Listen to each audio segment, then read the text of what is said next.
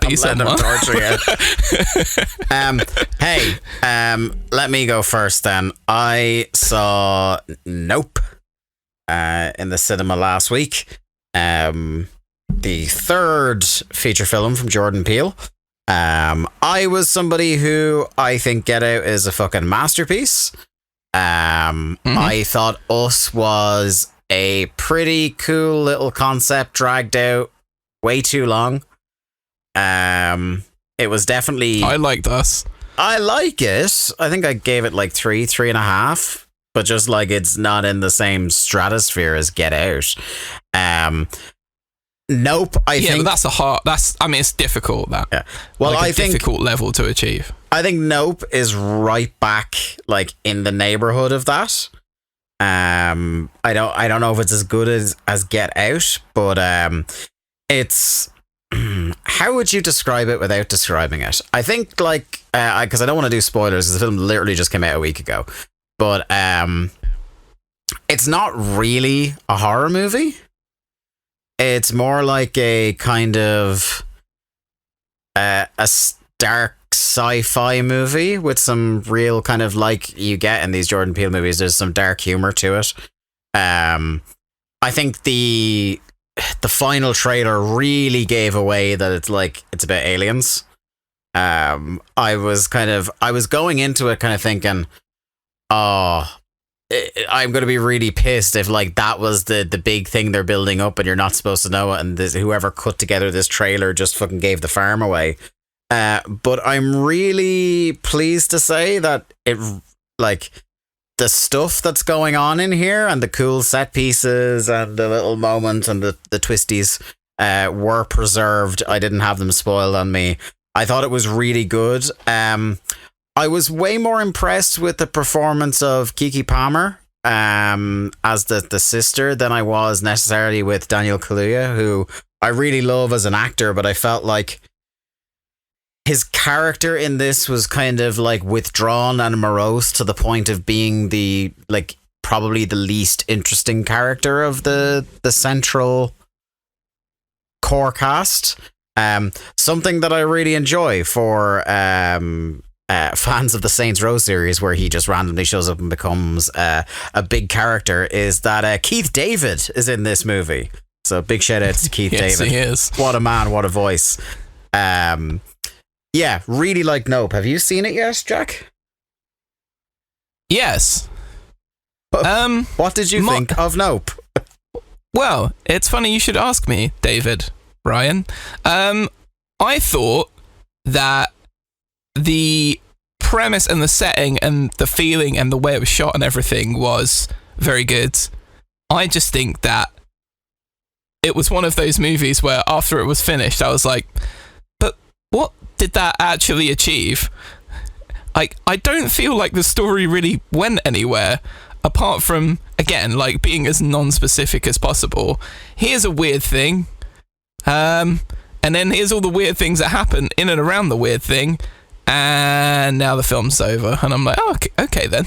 Well, sure. One of the things I really liked about that for me, and I totally take your point, is that the central conceit of like the characters' motivations for doing what they're doing is all basically out of self-interest. The thing they're trying to do is like for their own ends. So it kind of works for me. Basically. Yeah, it kind of works for me that as soon as like that little arc is over, the movie ends, because it's like the central characters have no more skin in the game, so they don't give a fuck now. It's like, that's it. Dust off, all over. So, that worked for me, but I totally get you. How much did you love every single line that the cinematographer had in the movie? Is it Michael Wincott? Yes. He's fabulous. Yeah, was he Antlers Holst, wasn't it? That was his name, which is in the movie. Maybe the best character name all year, Antlers Holst. A1 name, yeah. I mean, he was, that felt like a very specific, like Jordan Peele had encountered somebody exactly like that and was like, I'm going to parody the shit out of this person in a movie one day. It felt like a lampooning of a bunch of different, like Werner Herzog and a bunch of other people who like take themselves entirely too seriously. And sometimes and hate other people and shit like that. I really like him. I think the success like he's had in his career has elevated him probably into rooms full of these people. Yeah. Like he's probably at a Directors Guild thing talking to people that are exactly like Antler's host, and he's probably just like, I don't know how the fuck to deal with these people, so what I'm going to do is I'm going to lampoon the shit out of them on screen. Can I ask you, evaluate for me right now, what's your gut instinct? Which had the funnier short scene where a character shrieks, this or Thor? You know the moment. I know the moment, and it is funny, but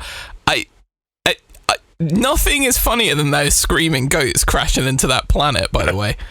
And again, like we said the first time, it's not even the scream after they crash into the planet. It's that there's a pause of complete silence for like a second and then a shriek. And then, yes, and it is a similar cadence in this movie. Yeah. I agree.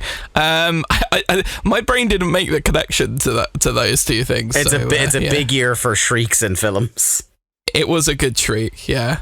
I see what you're saying about Daniel Kaluuya, by the way, but I feel like he was going for like a very specific tone of his character.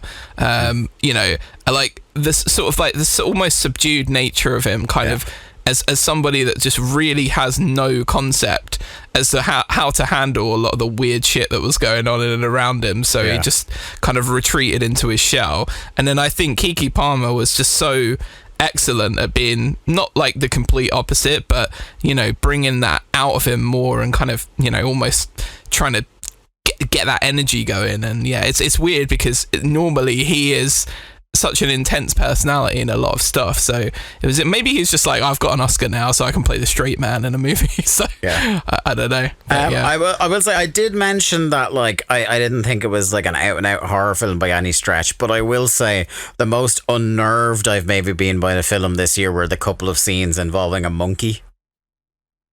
Oh yeah. That was without getting too far into it, that was like genuinely chilling. Yep. Agreed. I can't say anything. Yeah, you literally can't say anything. Yeah.